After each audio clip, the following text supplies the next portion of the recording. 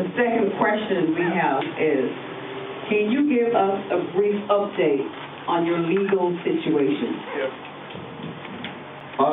It's crazy.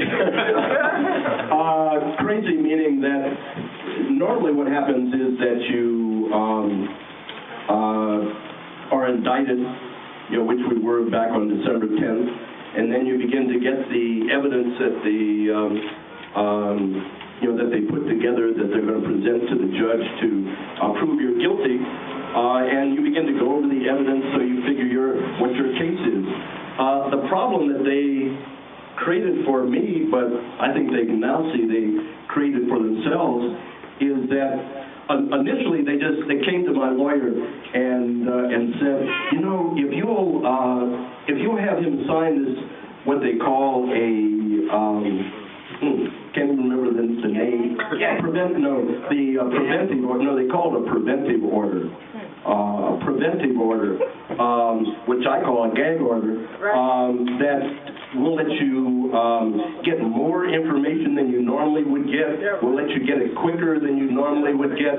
All you have to do is agree that you aren't going to say anything about what you get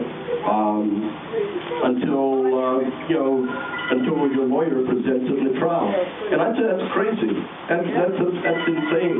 They started out talking about the trial presenting, quote, evidence, unquote, before I was even indicted or even arraigned. And so why am I going to agree to voluntarily shut my mouth when you figure that they're going to keep on doing it? Once I do that, then they'll want to jump out and try to do the same thing they had back on November 21st. The other reason is I said, I'm going to run for office. How can I run for office and put myself in a situation where I can't even talk about the trial?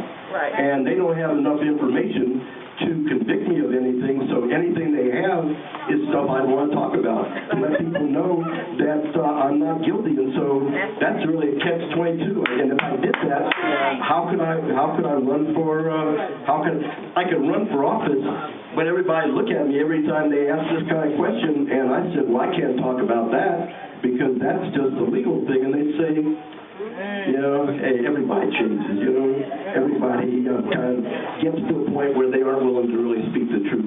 So they initially said, that they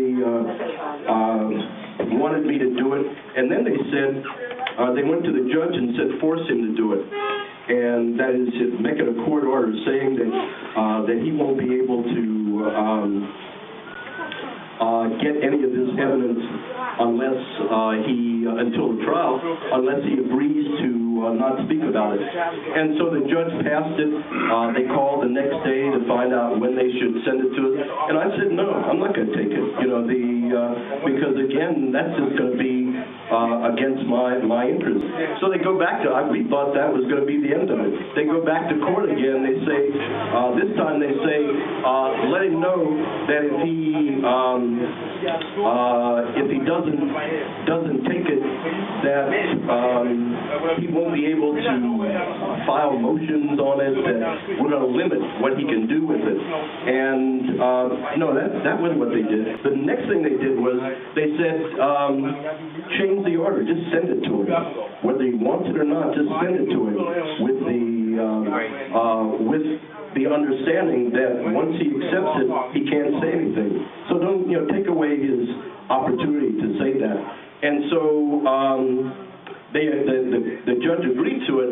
And what I said is that the only thing they could do is put me in jail, right? And they would look like the biggest fools in the world to put an elected official in jail because he won't take the information that they want to use to convict him because that's going to silence him from talking about the trial. And they're going to keep me in jail until I agree to give up my First Amendment rights. I said, if they want to do that, come on. This is exactly what we want them to do, to expose themselves for being the hypocrites that they are. The judge agreed to it. I said, no, I'm not going to take it. And as I knew they were going to back off, they backed off and put me in jail. But what did do is they said, say to the judge that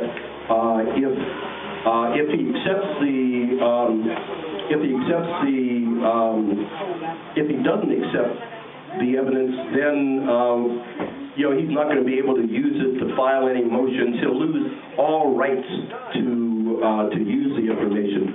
And so, Is that constitutional? well, the thing is that the gag orders are constitutional, but they've taken the gag orders to a step beyond anything that has ever, I think, anything that's ever been tried in court before.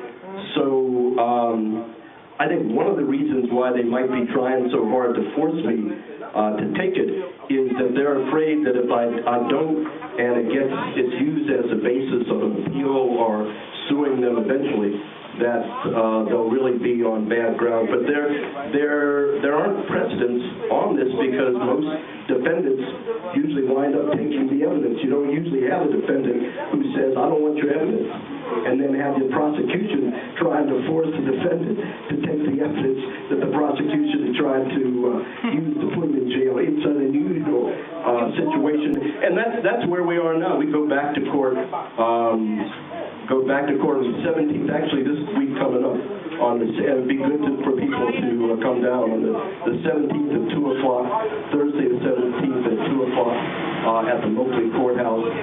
We think the judge, we've appealed the real ruling, and we think the judge who heard the case back in July is going to give an opinion on that. And so we should hopefully know this week what they decide around at least the evidence issue. The other question is the new Attorney General going to drop the case?